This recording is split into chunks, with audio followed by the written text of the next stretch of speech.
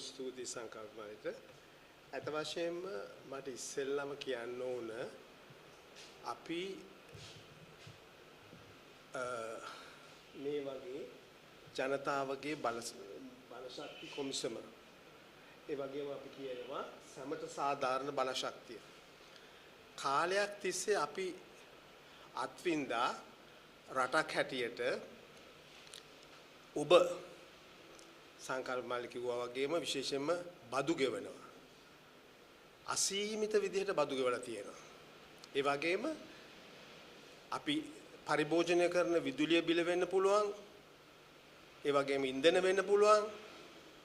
බෙහෙත් ටිකට වෙන්න පුළුවන්.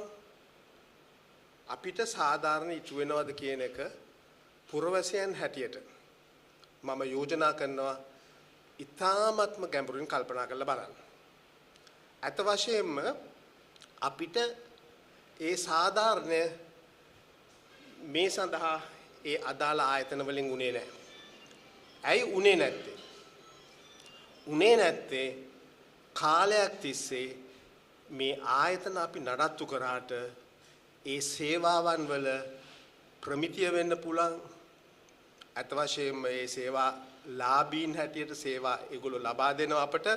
නමුත් ලබා දුන්නට කිසිම විදියක කාලයක් තිස්සේ ඒ ව්‍යවස්ථාවේ එහෙම නැත්නම් ඒ නීති රීති වලට වඩාත් අඩංගු නොවේ. ඊ타ත්ම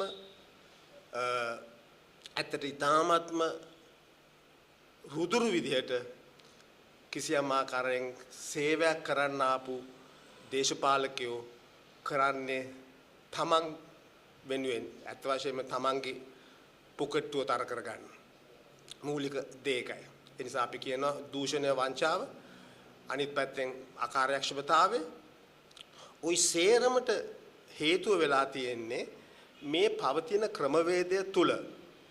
අර මං කිව්වා වගේම විශේෂයෙන්ම අපිට සිද්ධ වෙලා තියෙනවා දැන් අපේ අයිතීන් අවබෝධ කරගෙන අවබෝධයෙන් ශක්තිමත්ව අපේ අයිතීන් ආරක්ෂා කර ගැනීම සඳහා කිසියම් ආකාරයක වැඩ කටයුතු රාශියක් කරන්න. මේක කිසියම් විදියක ආරම්භයක් හැටියට ඔබට හිතන්න පුළුවන්. මොකද විවිධ ආයතන පැන නැගුණා.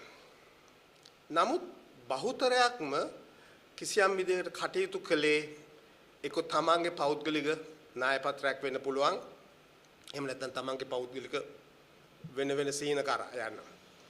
ඇතට රටක ජනතාවක් හැටියට 1948 අපි නිදහස ගන්නකොට සුද්දා කරපු සේවාව ඇත්ත වශයෙන්ම කෘතගුණ පූර්වක සීකල යුතුයි. මොකද හේතුව සුද්දාගේ කාලේ තමයි 1944 නිදහස් අධ්‍යාපන පනත හැදුවේ. සුද්දාගේ කාලේ තමයි අපි දකින විශාල මහා බිල්ඩින්ග්ස් අපි කියමු ඉස්පිරිතාල වෙන්න පුළුවන්. ඒ වගේම සමහර තැන්වල ওই අධිකාර පද්ධතිය රාශියක් තියෙනවා. ඊටත් වඩා අපි කල්පනා කරන්න ඕන රටක් හැටියට 1925 වෙනකොට කෝච්චි පාරවල් ටික දැම්මා. හතර වටේටම කෝච්චි දුවන උඩරට බදුල්ලට අර පැත්තේ මඩකලපුවට යාපනයේට තිරිකුණාමාලයට මේ පැත්තෙන් මාතරට කොහොම හරි නිදහස ගත්තට පස්සේ ඒව යම් කිසි විදිහට කඩා වැටුණා. හැබැයි 1960 දශකයේ වෙනකොට විවිධ රාජකාරී එහෙම නැත්නම් ඒ මැති ඇමතුරු පටන් ගත්තා. ඔබට මතක ඇති 1960 පළවෙනි සංස්ථාව හැටියට ස්ථාපනය කරේ කිසියම් විදියකට වාණි සංස්ථාව. අක්කර 365ක ඉඩමක් 1994 ජේ.ආර්. ජයවර්ධන පරාජයටපත් කළා. මොකද හේතුව එතරම්ම ජනතාවට කලකිරීමක් තිබුණා කිව්වේ 17 වසරක සාපය කියලා. එහෙම ආණ්ඩුවක් පරාජය කරලා චන්ද්‍රිකා ආවේ ගෝල් ෆේස් ඇවිල්ලා හැම ගහනවයි කියලා කිව්වා. විවිධ පොරොන්දු දුන්න පොරොන්දු රාශියක්. ඒ වගේම ඒ නිසා චන්ද්‍රිකාට දුන්න 62ක ජනමතයක් ඒ මැන්ඩේට් එක ඒ ජනවරම ක්‍රියාත්මක කරන්න. ඇත්තට හිතට බොහොම කඩගාටුයි කියන්න ඒ ජනවරම අර වාසුදේව නානායක අර ලස්සන කතාවක් කිව්වා වමට සිග්නල් දාලා චන්ද්‍රිකා කරේ දකුණට හරවලා ගමන ගියයි කියලා. සම්පූර්ණ ඇත්ත. අර මං කිව්වා 1960 හැදුවා වාණේ සංස්ථාව. මෙයා ආවේ බලයට 94. ආපු දවස් ඉඳලා සැලසුම් කරේ විශේෂයෙන්ම වාණේ සංස්ථාව විකුණන්න. වාණේ සංස්ථාව විකුණන්න ඇස්තමේන්තුවක් ගත්තා රජයේ තාක්ෂේරු කරුගෙන්. අරගත්තට පස්සේ ඒගොල්ලොන්ට ලැබිච්ච තාක්ෂේරුව තමයි 1000 රුපියල් මිලියන 1400ක්. අද මං හිතන්නේ ගත්තොත් ලක්ෂ කෝටි එහෙම නැත්නම් මිලියන මං හිතන්නේ අඩු ගානේ 14000ක අඩු ගානේ 23000ක් වෙන්නත් පුළුවන්. ඒ මොකද රුපියලේ අගය ඊටාත්ම බරපතල විදිහට කඩා වැටලා මතක තියාගන්න අපිට නිදහස ගන්නකොට ඩොලර් එකක් රුපියල් 3.33යි. අද රුපියල් 300කට ආසන්න ප්‍රමාණයට ගිහිලා තියෙනවා. එවැනි රටක ওই වාණේ සංස්ථාවට උනේ වාණේ සංස්ථාව වික්ක කතාවත් හරීම මම හිතන්නේ මෙතන දන්නවත් දන්නේ වික්කේ මිලියන 940කට මිලියන 940කට විකුණනකොට එතන නිෂ්පාදනය කරපු සම්පත් තිබුණා ස්ටෝර්ස් වල අර ෆිනිෂ් ගුඩ්ස් තිබුණා මිලියන 600ක 625ක I'm sorry මිලියන 625ක සම්පත් තිබුණා ඒ වගේම අනිත් පැත්තෙන් අපි ගත්තොත් මිලියන 300ක ස්ථාවර තැන්පතු තිබුණා. එතකොට 940කට වික්ක දීපල අක්කර 365ක් විශාල භූමි භාගයක් එක්ක රජයට ආපු බව කියන්නේ කිසියම් විදියකට මිලියන 925යි. එක්ක නැත්තම් මේක යටින් ගත්තද? ඕනෝක රාජ්‍ය සේවාවේ දේශපාලනයේ යථාර්ථය. මම යනවා දැන් අපේ සබ්ජෙක්ට් එකට. ඇත්තට අපිට සුද්දා ආදර්ශයක් දුන්නා විශේෂයෙන්ම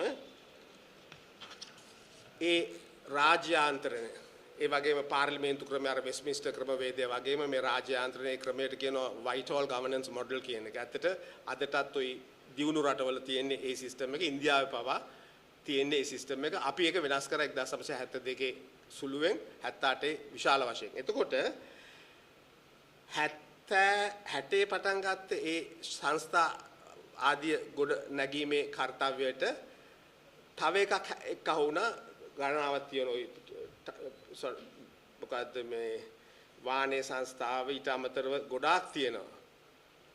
ෆ්ලවර් මිල් කෝපරේෂන් සෙරමික්ස් කෝපරේෂන් ඔන්න ඔය ගොඩාක් තියෙනවා. එතකොට මේක පනතක් මගින් සම්මත කරලා විදුලි බල මණ්ඩලය ස්ථාපනය කළා. ඒක 17 1969. අතට පනත අනුව ඊ타මත්ම ජනහිතාහිතවාදී කාර්යභාරයක් කරන්න තමයි ඒ පනත නිර්මාණය කළේ. ඒ අනුව ඇත්තටම 94 වෙනකන් කිසියම් විදිහට 60 ඉඳලා ඊ타මත්ම සාධාරණව ඒ කියන්නේ දැන් මේගොල්ලෝ කියන්නේ අර වියදමට සරලන මිලක් නිර්මාණය කළා ඒ තමයි ඒ ගානට තමයි දෙන්න ඕන කියලා. එදා කියලා තියෙනවා සාධාරණ මිලට දෙන්න කියන එක. හැබැයි ඒ කියන්නේ සාධාරණ මිලට දෙන්නේ පාඩු ලබාගෙන නෙවෙයි. හැබැයි 94 ඉඳලා ඊ타මාත්ම විශාල වශයෙන් පාඩු ලබන්න ගත්තා. පාඩු ලබන්න ගත්තේ මම කියන්නේ ඒ කාලේ ওই අනුරුද්ධ රත්වත්තේ තමයි විදුලි බල මණ්ඩලයේ විදුලි බල ඇමතිතුමා ඇත්තටම දූෂණයට කිසියම් විදියකට ඒ ආරම්භයක් දුන්නේ 94 ඉඳලායි කියලා මම පැහැදිලිව කියනවා. මොකද හේතුව මේවා කෝප් කමිටුවේදී පවා සාකච්ඡාවට ලක් වෙලා තියෙනවා. එතකොට දැන් කෝප් කමිටුවේදී කියලා තියෙනවා පැහැදිලිවම විදුලි බල මණ්ඩලයේ කාර්යභාරය අගීමට ලක් වෙලා තියෙනවා ඊට කලින්. නමුත් විවේචනය එන්න පටන් ගත්තේ 1994න් පස්සේ. 94 දැන් ওই විදිහට පටන් ගත්ත මේ විදුලි බල මණ්ඩලය මම කියන්න කැමති අපි රටේ සියලුම දෙනා දැනගන්න ඕන මොකද්ද මේ විදුලි බල මණ්ඩලයේ කාර්යභාරය කියන එක. ඇත්තට ඒගොල්ලෝගේ දැක්ම හැටියට කියන විදුලි බලයෙන් සසිරිමත් දිව්‍යක් අපි හැමෝටම ශාස්ත්‍රීය දිවියක් ලබා දීමට විදුලි බල මණ්ඩලය ඒගොල්ලෝගේ දැක්ම හැටියට ඒගොල්ලෝ කියනවා. අත වශයෙන්ම මම අහන්න කැමති අද වෙන්නේ ඒ ශාස්ත්‍රීය ජීවිතයක්ද කොටිම කියනවා නම් ඇත්තටම ඊ타මත්ම දුෂ්කර කාර්යයක් වෙලා තියෙන විදුලි බිල මාසිකව ගෙවන එක. කොහොම හරි දැන් මේගොල්ලෝගේ ඒකේ තවදුරටත් කියන සාර ධර්මයට අනුගත වෙමින් මෙහෙවර සමස්ත ශ්‍රී ලංකා කාර්යක්ෂම සමායෝජන සියල්ල අර ගලපා ගමනින් සමායෝජනය කරමින් එකලස් හා සකසුරුවම් විදුලිය සැපීමක් සංවර්ධනය කරමින් ගුණාත්මක බව සුරක්ෂිත බව තිරසාර බව ජාතියට සේවය සැපීම වෘත්තීය වේදීත්වය කැපවීම කාර්යක්ෂමතාව හා ඵලදායීත්වය යන අංශ ඒ අනුව උපරිමයෙන් ලබා දෙන්න.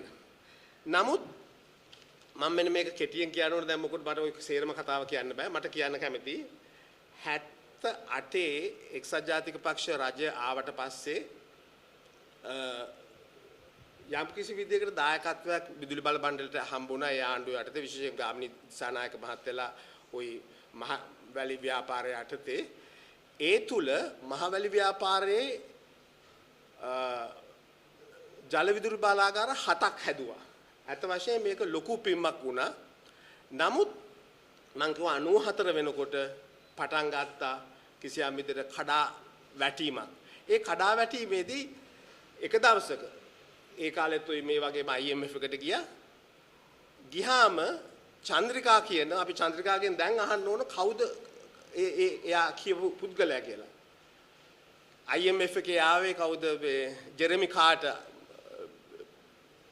වොෂින්ටන් වලින් ඒ ප්‍රධානියෙක් මෙහි හිටියා නදීමුල් හක් කියලා රෙසිඩන්ට් රෙප්‍රසන්ටේටිව් ලංකාවේ. දැන් මේ දෙන්න ඉදිරියේ මේ සාකච්ඡාවේදී චන්ද්‍රිකා කියනවා මගේ කැබිනට් එකේ ඉන්නවලු ලංකාවේ ඉන්න ලොකුම හොරා. හැබැයි නම කිව්වේ නැහැ. නම කිව්වේ නැහැ. අදටත් නම කියලාත් නැහැ. ඔන්න ඔහොම පටන් ගත්ත චන්ද්‍රිකාලාගේ CB එක කාලයක් යනකොට අද වෙනකොට ඇත්ත වශයෙන්ම බිලියන ගණන් සමහර අවස්ථාවන් වල රාජ්‍ය ට්‍රෙෂරි එක මහා භාණ්ඩාගාරය දීලා තියෙන බිලියන 50 විශාල වශයෙන් ඒ සේරටම හේතුව දූෂණය වංචාව. ඒක අර මම කිව්ව ගාමිණී දිසානායක මහත්තයාගේ මහා මේ වැලි ව්‍යාපාරය නිසා අත් වශයෙන්ම යම්කිසි ප්‍රගතියක් ලැබුවා වගේම විදුලියටත් දායක වුණා. නමුත් දැන් මට කියන්න වෙනවා ඒ පොඩි කතාවක්. මහවැලි ව්‍යාපාරයේදී කිව්වා අර මහවැලි ගඟ යන්නේ ට්‍රින්කෝ වලට. ඒ කියන්නේ එළියට වැටෙන්නේ ඒක නැත්නම් මහ මුහුදට වැටෙන්නේ ට්‍රින්කෝ වලට. දැන් පස්සේ ඒ කාලේදී එපාර මේ කියනවා මහවැලි ගඟ හැලෙව්වලු ෆින්කෝ එකට. දන්නවද ෆින්කෝ කියන්නේ මොකද්ද කියලා? අත වශයෙන්ම ෆින්කෝ කියන්නේ ওই ඒක දේශපාලනික පවුලක සමාගමක් මූල්‍ය සමාගමක්. ඒකට හැරෙව්වයි කියලා.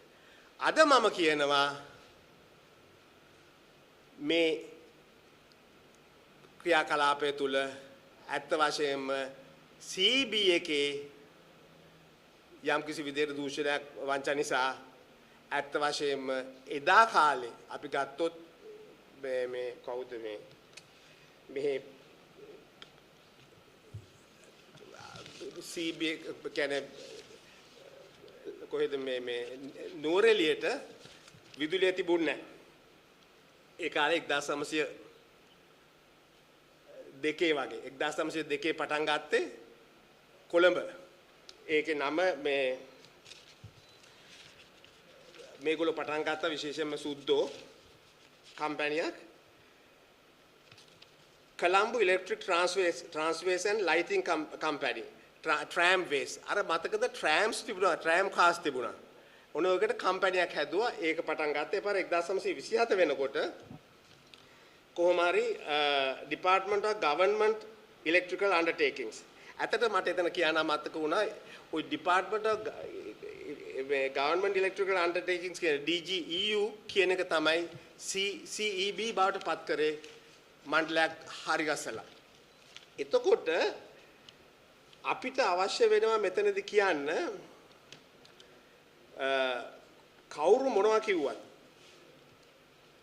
දේවසුරේන්ද්‍ර ඉලෙක්ට්‍රිසිටි මේ විශේෂයෙන්ම මේ ජල විදුලිය සොයාගත්තේ. එතුමා බ්ලැක්පූල් කියන තැන හැදුවා සුළු කුඩා විදුලි බලාගාරයක්. හදලා නුවරඑළියට 1902 නුවරඑළියට මොකද හේතුව නුවරඑළිය ඒ කාලේ අපේ බ්‍රිතාන්‍ය පාලකයෝ කියලා තිබුණේ ලිටල් ඉංග්ලන්ඩ් කියලා මේගොල්ලෝ නිවාඩුවට යන්නේ හෙට. අන්න ඒ වගේ එන්ජිනියර්ස්ලා ඒ කාලේ හිටියේ. අද මම කියනවා අද මේ ආදායම සැලකිය යුතු ප්‍රමාණයක් දූෂණයට වංචාවට ලක් වෙලා අවසානයේදී අර බ්ලැක්පූල් වලින් නුවරඑළියට විදුලිය දීලා ලාභ කරා වගේ සේවයක් කරා වගේ ජනතාවට හානි කරන්නේ මේ